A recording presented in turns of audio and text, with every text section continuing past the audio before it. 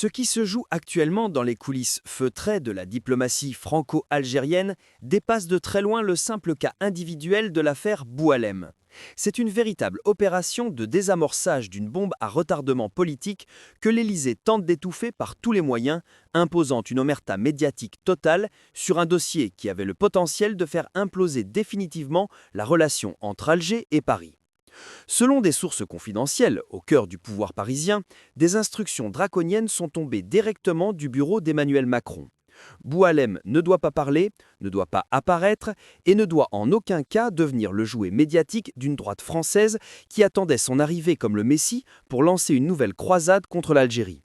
Cette mise sous cloche, qui s'apparente à une assignation à résidence médiatique, révèle la panique qui règne à Paris, où l'on sait pertinemment que la moindre phrase déplacée, le moindre mot instrumentalisé par les plateaux de télévision parisiens, suffirait à provoquer une rupture diplomatique irréversible avec un État algérien qui a clairement tracé ses lignes rouges et qui n'accepte plus la moindre ingérence ou manque de respect envers sa souveraineté judiciaire et politique.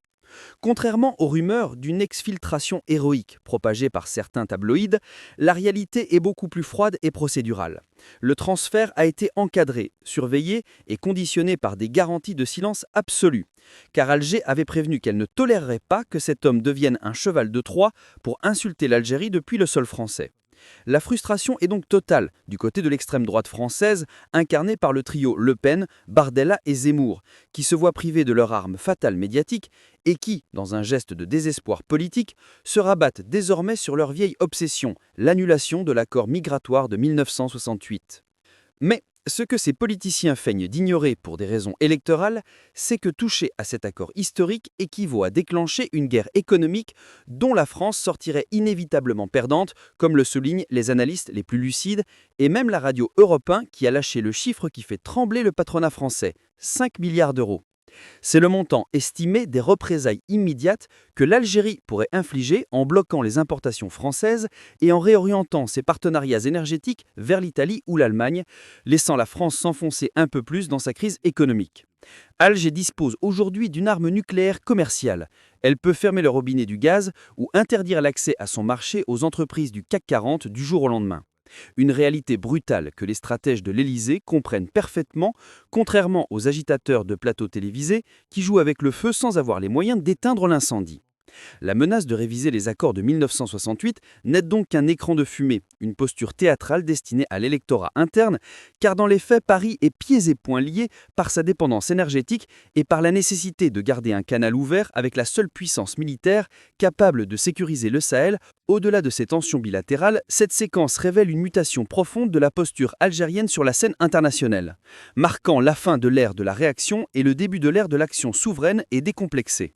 L'Algérie ne se contente plus de répondre aux attaques, elle les anticipe, impose ses conditions avant même que les crises n'éclatent et refuse catégoriquement de servir de sac de frappe électoral pour les candidats français en mal de popularité. Cette nouvelle doctrine, portée par une diplomatie offensive et une armée modernisée, place l'Algérie dans une position de force inédite. Elle traite d'égal à égal avec les puissances mondiales, diversifie ses alliances vers l'Est et rappelle à chaque occasion que les accords passés ne sont pas des faveurs accordées par l'ex-colonisateur, mais des traités bilatéraux qui ne peuvent être modifiés que par le consentement mutuel et non par des diktats unilatéraux. Le message envoyé par Alger est limpide. Si la France veut préserver ses intérêts, elle doit apprendre à respecter son partenaire, car l'Algérie du XXIe siècle a d'autres options, d'autres marchés et d'autres alliés stratégiques qui ne demandent qu'à remplacer une influence française en plein déclin.